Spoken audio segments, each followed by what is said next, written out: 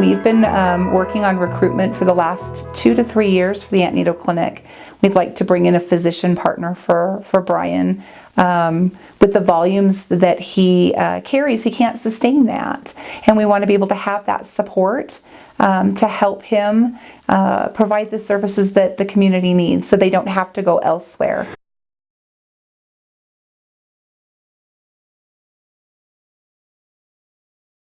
My name is Clint Sowers. I am a board-certified family physician. I've been here in Antonito since September, so about a year. I'm originally from this place, or from the area. New provider, Clint Sowers, has been great. He's been trying to really doing a lot as he's from the area, so he understands a lot of kind of what growing up in the area is like and some of the community needs. So he's been great to be here. He has a lot of positive energy. He has been helping a lot because we only historically had one provider, and we've been kind of almost capped at how many patients he could see. So it's been good to have another provider in so that we can see a lot more patients and a lot more people coming in. You know, it's hard. Being that Brian has been here for so long and has had to really overload his schedule, it's hard for a new guy, even though I'm local, it's hard for a new guy to come in. They love Brian, they've been working with Brian, and a lot of times they tell me Brian knows their story. I get that, I understand that. It will take me time to buy their trust, but little by little, step by step, I mean, I've had the pleasure of taking care of a lot of Brian's patients, overflows when his schedule's too busy. And in the meantime, while building up my own patient population, and that has been slowly but steadily growing, and I couldn't be happier. He's just part of the community. He moved away, got his physician's schooling and whatever he needed to do, but then he came back and everybody knows him, and he is just hilarious. Brian and he make an awesome team, and it's not just patient after patient after patient. They take time, they listen to you, but they also have that intuitive that they just know, probably because they've seen all your parents and your aunts and uncles and they know all the family history, but they're just, they're patient oriented. That's one of our biggest challenges now is the opioids. Some of them are prescribed and some of them are just illicit drug use. A lot of heroin right now, affordable highs, whatever you want to call it. The other challenges is getting enough behavioral health people to help us drug rehabilitation. We don't have that here. Mental health is very hard.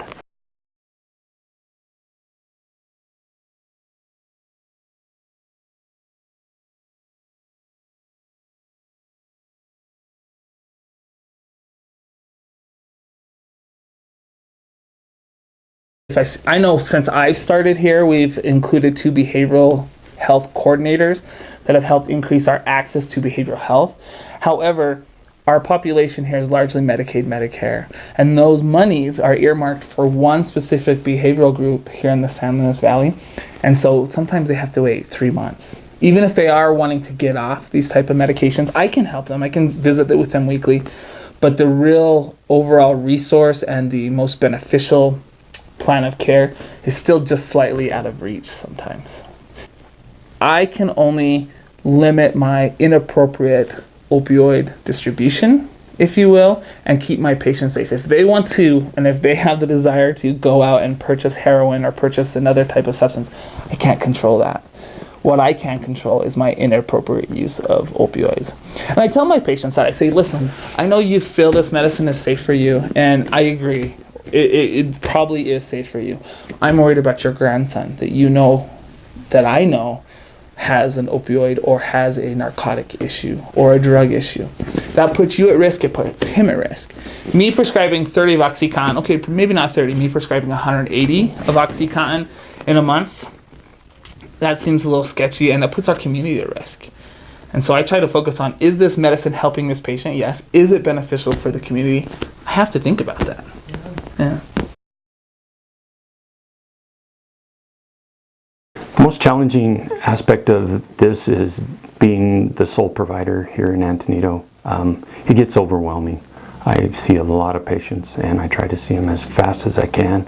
I think my biggest challenge is not burning out, and that is my challenge almost on a daily basis. Is I feel burned out. I've been doing this for so long that, and the grind of 25 to whatever many patients I see a day.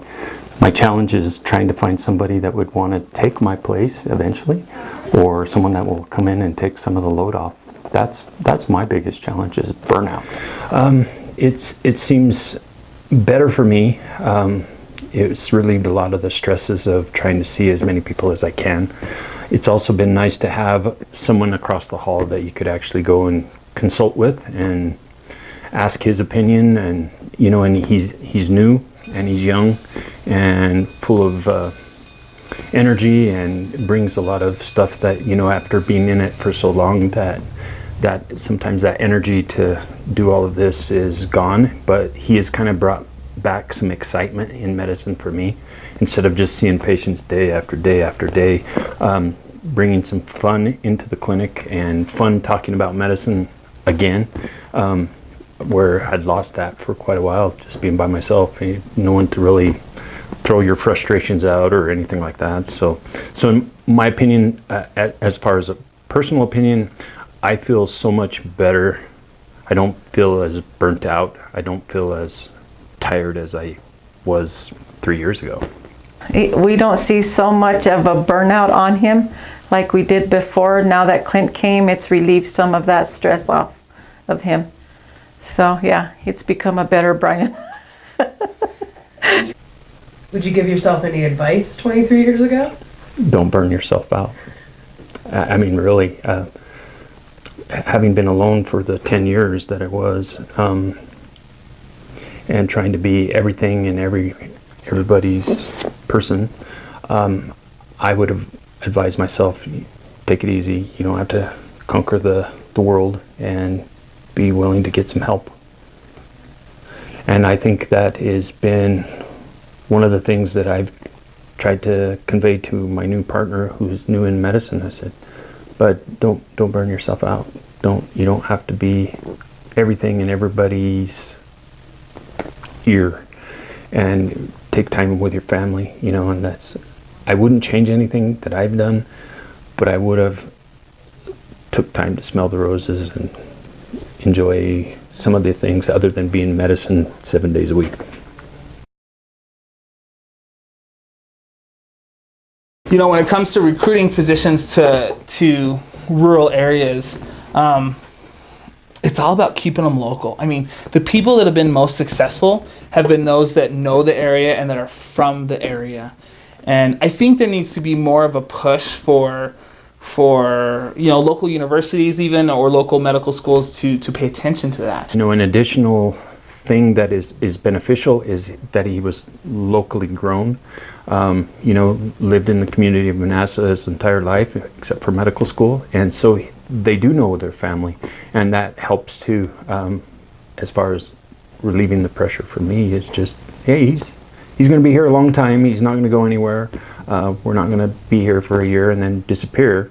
So I think he's going to invest in the long run as long as I have, and be my replacement at one time, and bring somebody else new for him to use as well. Yeah. I'm not going anywhere. I'm going to be here for a long time. I'm going to be the next Brian in 25 years, right? You guys will come see me and be like, oh, God, Sowards is still here. Like, yep, I'm still here.